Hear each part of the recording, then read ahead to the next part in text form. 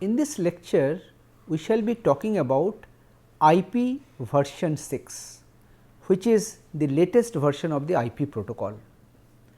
Now, earlier we have looked at the so called IP version 4, which is more conventional and traditional.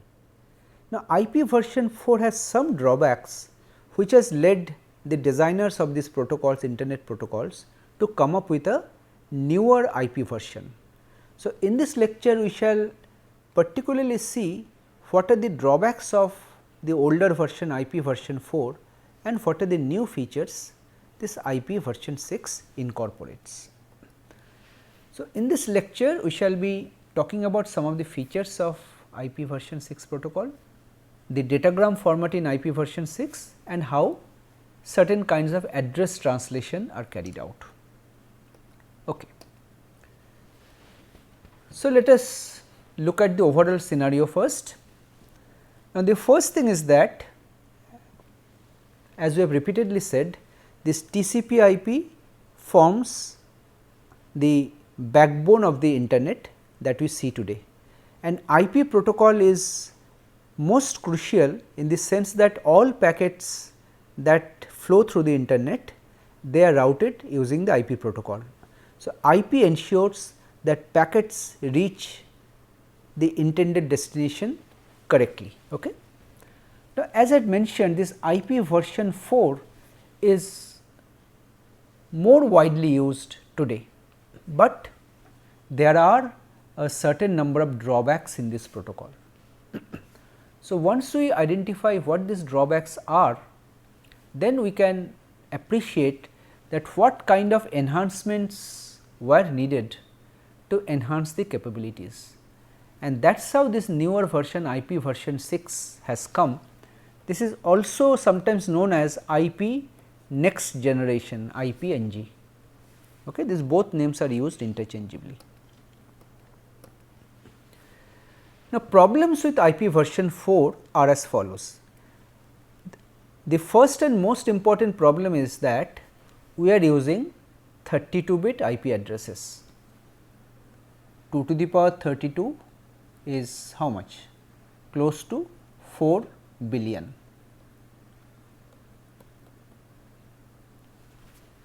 But you see, with the huge proliferation of devices that are getting connected to the internet today, we are now in an age where we are talking about internet of things.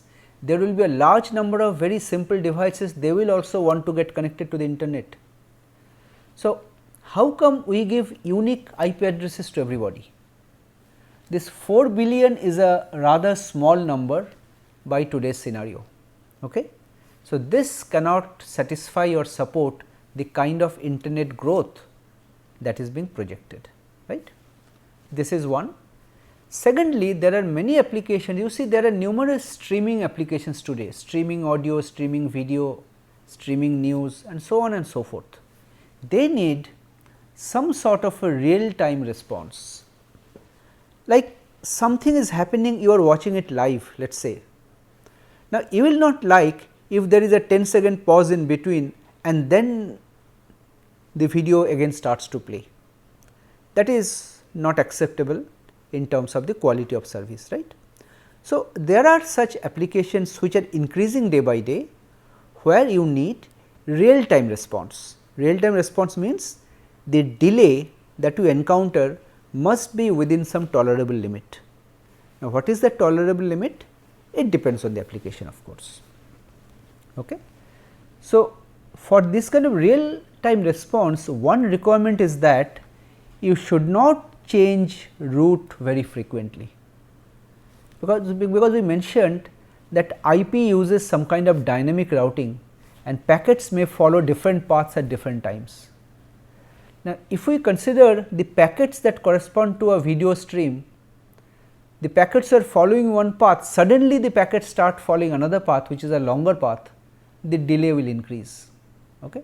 So, that kind of variable delay may not be desirable for such real time applications. Secondly, there are some scenarios that are coming up where you need more complex addressing and routing capabilities. Like you recall in IP version 4, you have a 2 level routing, you have a network, you have a host. Of course, within the host you forcibly you used a subnet and introduced a third hierarchy, but that is just within the host address space available to you. But IP version 6 allows more number of levels of addressing, which becomes more flexible, and of course, it will get more complex.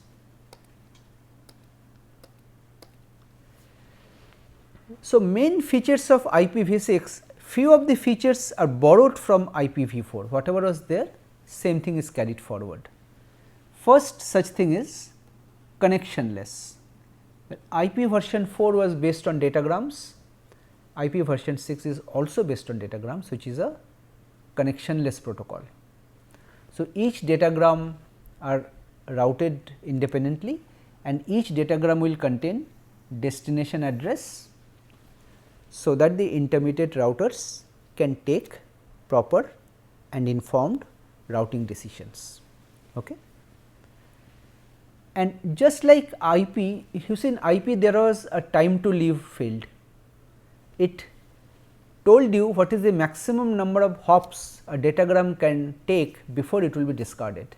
At every hop the TTL field was decremented by 1. So, whenever it reaches 0 the packets gets discarded. Similarly, here also the header will contain a similar field maximum number of hops that a datagram is permitted to take, because you see you have some estimate regarding the maximum number of hops you require to reach a destination. If you find that even within that number of hops you are not able to reach, it means there is some problem in the network, maybe your packet is following a circular path in a loop, it has got stuck somewhere. So, in that case you discard the packet. And some of the other general characteristics like fragmentation and so on, those are also retained.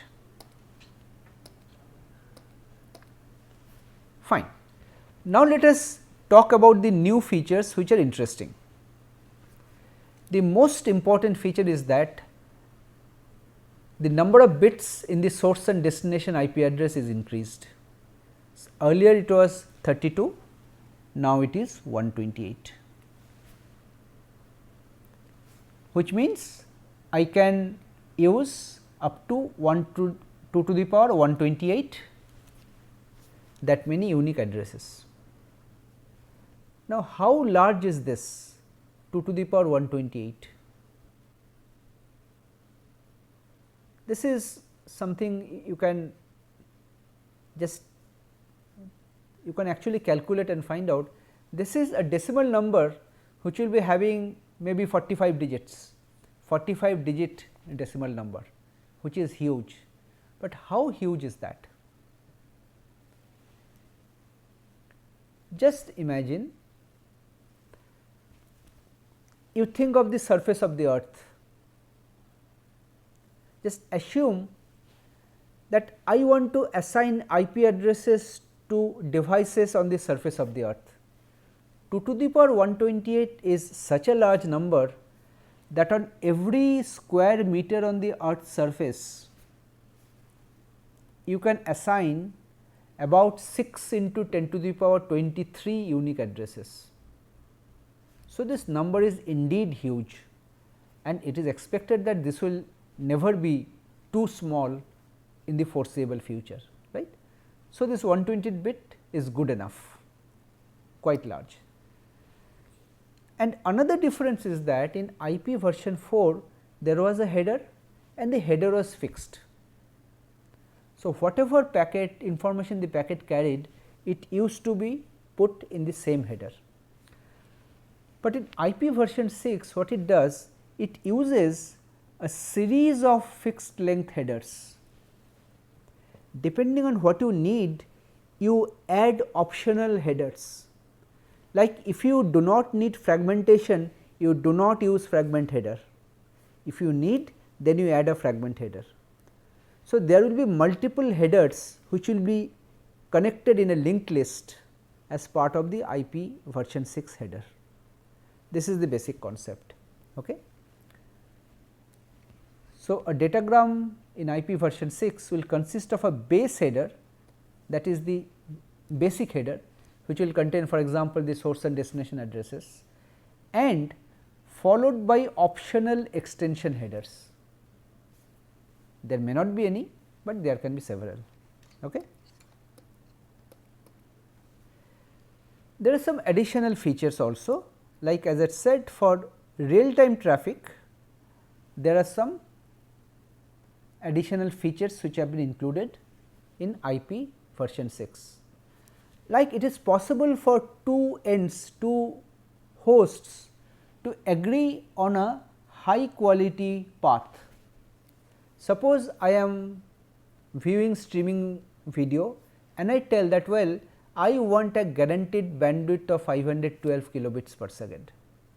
So, they will agree along with the intermediate routers to provide you with a dedicated path, a path through which you will get dedicated 512 kbps of bandwidth, so that you can receive the streaming media without any disruption, right.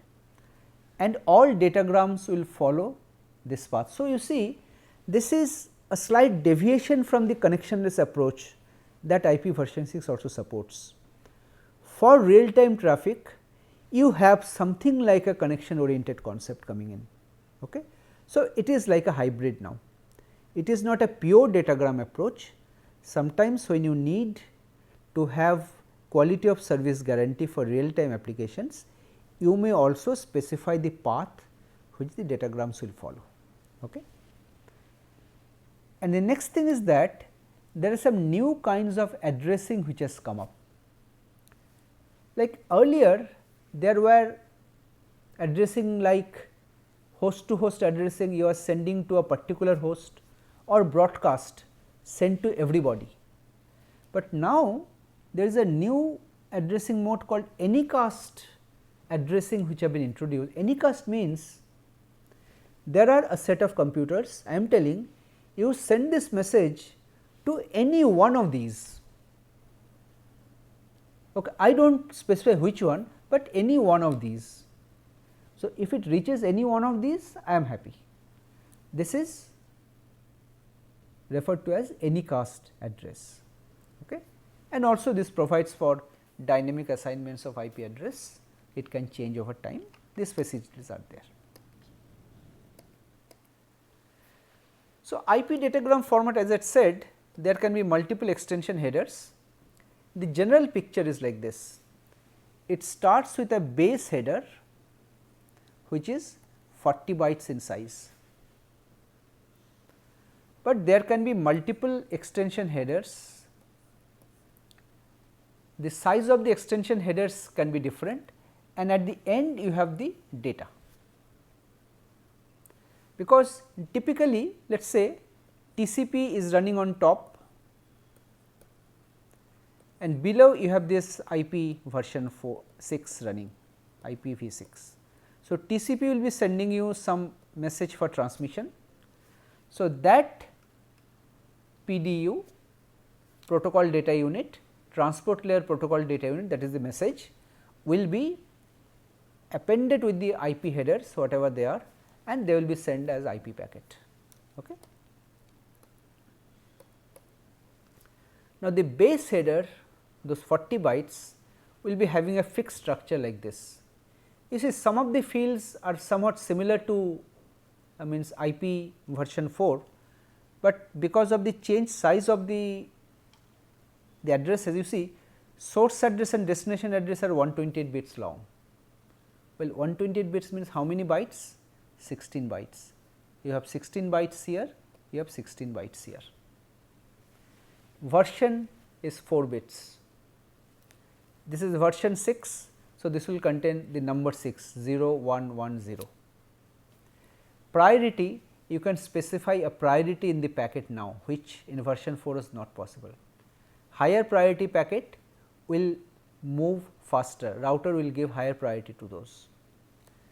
Flow level, this is again concerned with flow control, some additional fields or information are there. I am not going into the detail of all of them.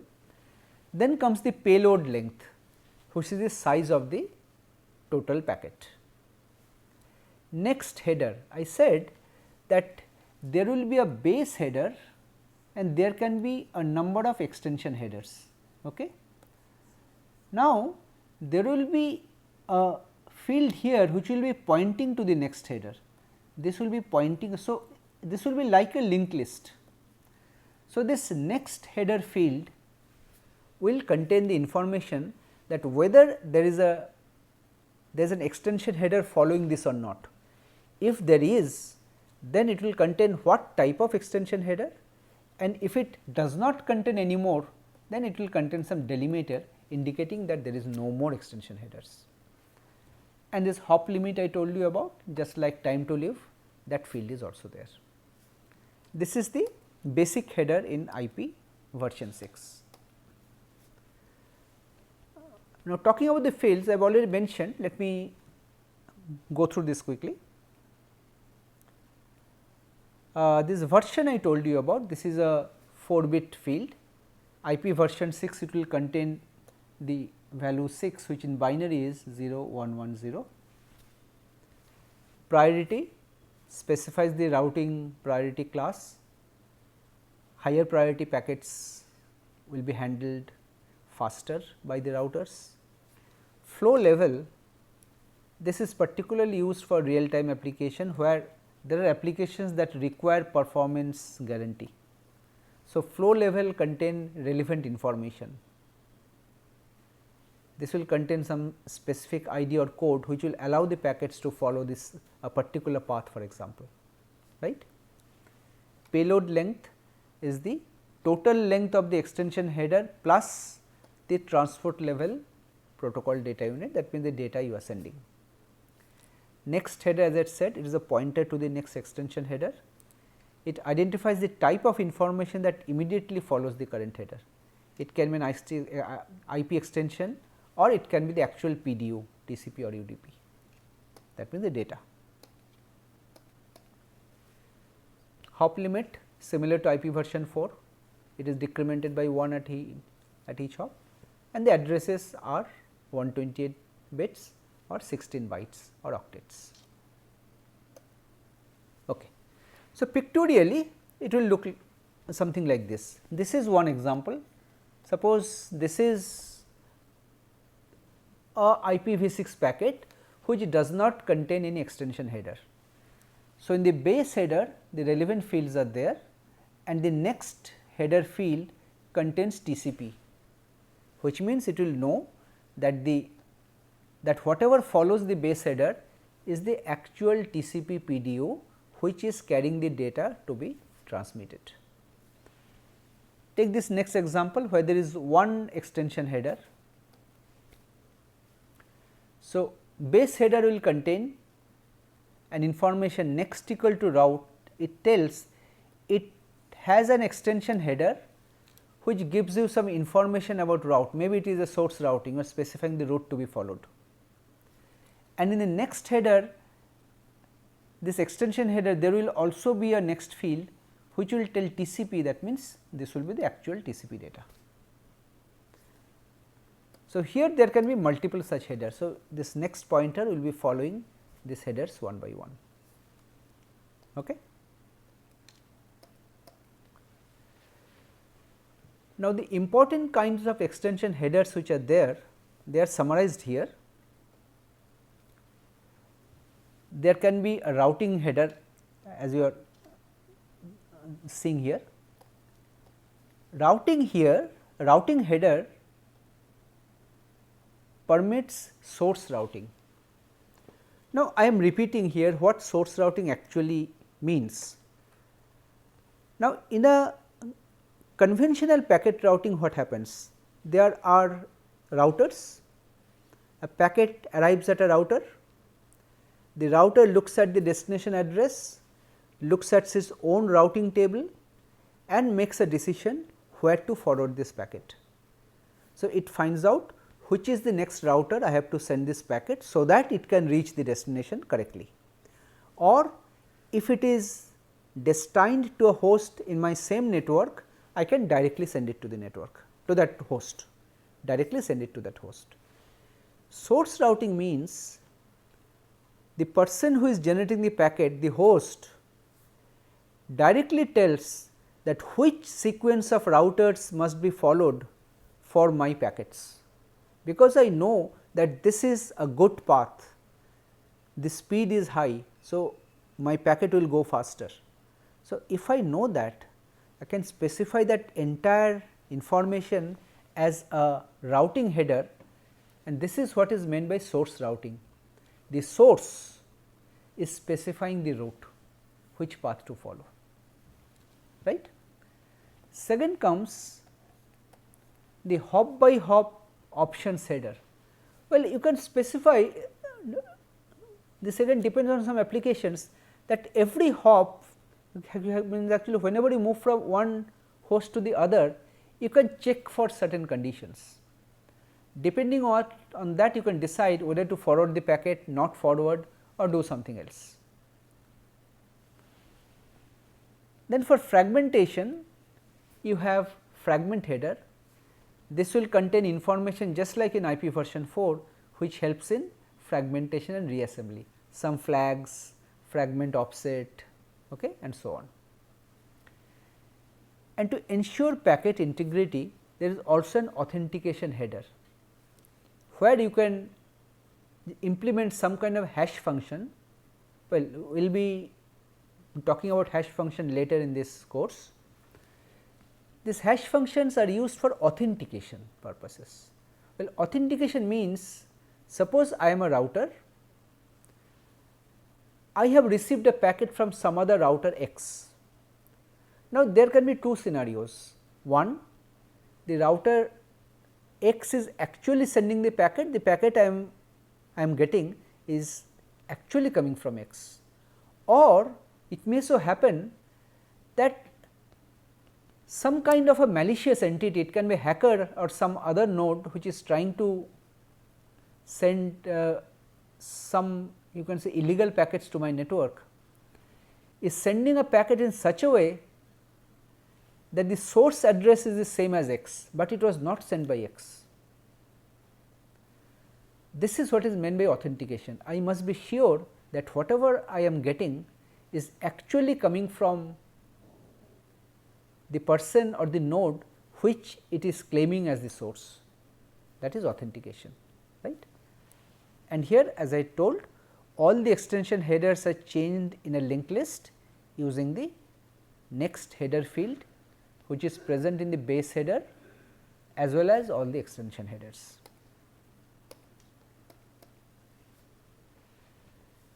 Now, about fragmentation, just as I mentioned, this IP version 6 fragmentation is similar to IP version 4, but unlike IP version 4, where the additional information about fragmentation was put inside the same header, here we are using a separate extension header. Okay. So, when a fragment the idea is that when a IP version 6 packet, let us say there was a packet which had a base header, let us say BH. When it gets fragmented into two pieces, the scenario will be something like this. This base header will be copied to both the fragments.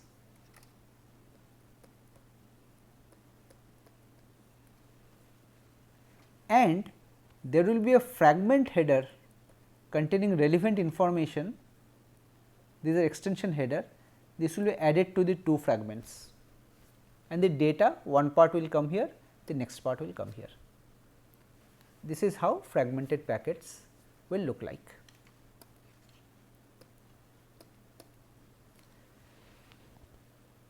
Now, talking about IP version 6 addressing, as I told you earlier, that it introduces a new kind of addressing called anycast. So, here the different addressing types are summarized. Here there is no concept of classes, just like IP version 4, there was class A, B, C, D, E we are defining, but here there is no concept of address class, classless. You specify a prefix length very similar to CIDR, classless internet domain routing, that how many bits you will be using for the network and how many bits for the host, that you specify here, and that introduces a lot of flexibility. Broadly, 3 classes of addresses are supported. One is a unicast address, which means it is a directed address of a particular node in the internet. That means, you are sending a packet to a particular computer, that is a unicast address. Multicast or broadcast. Multicast means you are sending the packet to all members of a given set. You can say that I am sending a packet to a subnetwork, it should go to all the computers inside that subnetwork, that is a multicast address, right. So, it must be delivered to every member of the set. Set is usually a network or a subnetwork.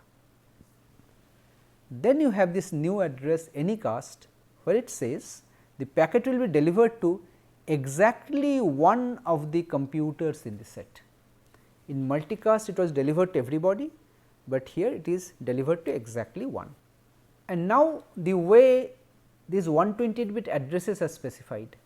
For IP version 4 you use the dotted decimal notation, you recall, but 128 bits is too long. If you use the dotted decimal notation after 8 bits, there would be 16 such numbers separated by dots. So, in IP version 6 they have come up with some kind of a shortcut notation. There is one thing to observe, that in this 128-bit address, which is pretty large, there are many bits in between which are zeros. A large number of these 128 bits are often zeros. Okay. So, we use something called colon. Instead of dot, we use a colon hexadecimal notation. Like you see, this is an example. Instead of decimal, we are using hexadecimal. Each digit represents 4 bits. So, 128 divided by 4 is 32. I use 30, I need 32 hexadecimal digits. See 1, 2, 3, 4, 5, 6, 7, 8. 8 into 4 is 38. So, each entity between 2 colons represent 4 hexadecimal digits. Like for example, here I mentioned 3DC. 3DC is not 4, I mentioned only 3, it means there is a 0 before that. Similarly, I had mentioned only 0 here. Only 0 means this is all 0, 16 zeros. 2D means there are 2 hexadecimal zeros before that. So, like this you can specify. So, you can write it like, if there are a large number of zeros in between, which is often the case as I told you, you can either write it like this, or you can even use a shorter version. The beginning is non-zero, the ending is non-zero, in between everything is 0. You use 2 colons side by side, it will indicate that everything in between are all zeros. Okay. So, these are some ways to express the IP version 6 address in a compact fashion. Now, talking about the 128-bit address, you see this 128-bit address is typically separated using a number of hierarchies. The last 64 bits here, this specifies something similar to the host address part in IP version 4. It talks about some kind of unique addressing inside the network that you are addressing. Now, it can be, this interface ID can also be based on the hardware MAC address if you want to. Typically hardware MAC address are 48 bits in size and they are unique. You can use that same MAC address here if you want, or if you want, the network administrator can assign sequential numbers 1, 2, 3, 4, 5 like in a normal IP version 4 address numbering. And there are several other hierarchical fields, site level aggregation, next level aggregation, top level aggregation. Now, what this means, it may depend on from means one place to another. like at the top level it may indicate country, for example, that which country the network belongs to. Next level may indicate within that country which internet service provider is providing you the connection. The third level can provide some other hierarchical information, that means within state level or district level some information. So, you can have this kind of hierarchical address definitions which is very flexible. Depending upon your need, you can define these fields, but if you do not want, some of these fields can be left zeros. Okay? And these unicast address always starts with 001. Okay? This is what it looks like. This is just an example I gave for unicast address. Now, you see most of the networks today are IP version 4 networks. Now, we are saying that IP version 6 is required, we should migrate to IP version 6 whenever we can. Now, there are some incompatibilities, the packet sizes, packet formats are all different. So, you can have two this kind of scenarios for compatibility. One is called IP version 4 mapped IP version 6 addresses. This says within a host you install both IPv4 and IPv6 software. So, a host can support both IPv6 and IPv4, and that kind of a host is wanting to communicate with another host which supports only version 4. In that case, what is done? And if the packet which is being produced is a IP version 6 packet with IP version 6 address, then you generate some kind of an IP version 6 address which is formed like this: 80 zeros followed by 16 ones followed by a 32-bit IP version 4 address, because the person you are sending to, that is a IP version 4 network, which means it will have 32-bit IP addresses. So, this 128-bit address that you will have to prepare, the last 32 bits will contain the actual IP address of the destination, IP version 4. Then there will be 16 ones, and in the first part there will be 80 zeros. This is the convention which is followed. So, any address like this will mean that this is an IPv4 mapped IPv6 address, where the last 32 bit is actually representing an IP version 4 address. Okay. Similarly, you can have another option which is called IP version 4 compatible IP version 6 address. Here it is something like this. Suppose there is a network running version 6, there is another network running version 6, but in between there may be routers through which the packets are flowing, they may be version 4 compatible. So, how will this version 6 packets flow in this network? So, here you use something called tunneling. This IPv6 packets which are coming, these are the IPv6 packets. You create an IP version 4 header on top of it and create an IP version 4 packet. Let the IP version 4 packet flow through this network. This we are called tunneling. That means, a version 6 packet is tunneling through the network encapsulated inside a version 4 packet. That is the idea. And here the way we specify the address is that 80 zeros followed by 6, that means 96 zeros followed by the 32-bit IP address. That means, when you are sending this packet to this intermediate router, it is a version 4 network, which means it will be having a 32-bit address, right.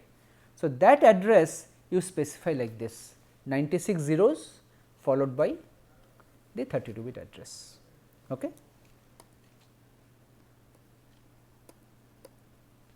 So, this is what tunneling is all about, which was used in the previous case. So, here diagrammatically it is explained. So, you have an IP version 6 host which is generating an IP version 6 packet. Then you have to send it to IPv4 router. What you do? You append an IPv4 header before it. So, the whole thing becomes an IPv4 packet. This IPv4 packet gets routed through an IPv4 network and it reaches the final destination. Now, in the final destination, this packet is stripped out and this IP version 6 datagram is brought out and it is delivered to the IPv6 host. This is what is meant by tunneling, right. So, talking about transition to IPv4 to IPv6, due to the incompatibilities there are challenges, but there are broadly 3 approaches you can think of. One is you implement both IPv4 and IPv6 protocols in the router or the gateway. So, that if someone wants to use or send IPv4 packets, it can be handled, V6 packets can also be handled, something like that. You can use tunneling just like I mentioned. So, IPv6 datagram can flow through intermediate IPv4 networks using tunneling, using encapsulation, or you can do some header translation.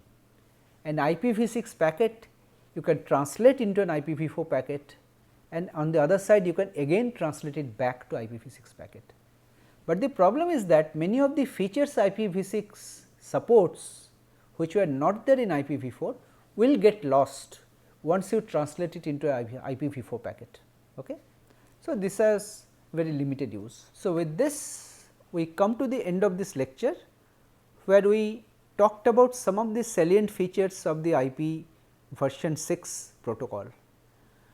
Now, in the next lecture we shall be looking at various examples where we shall be showing you how routing tables are constructed for specific networks, how packets are handled by the routers, how packet forwarding takes place, subnetting, CIDR, all these things that we have studied earlier, we shall be illustrating through some examples. Thank you.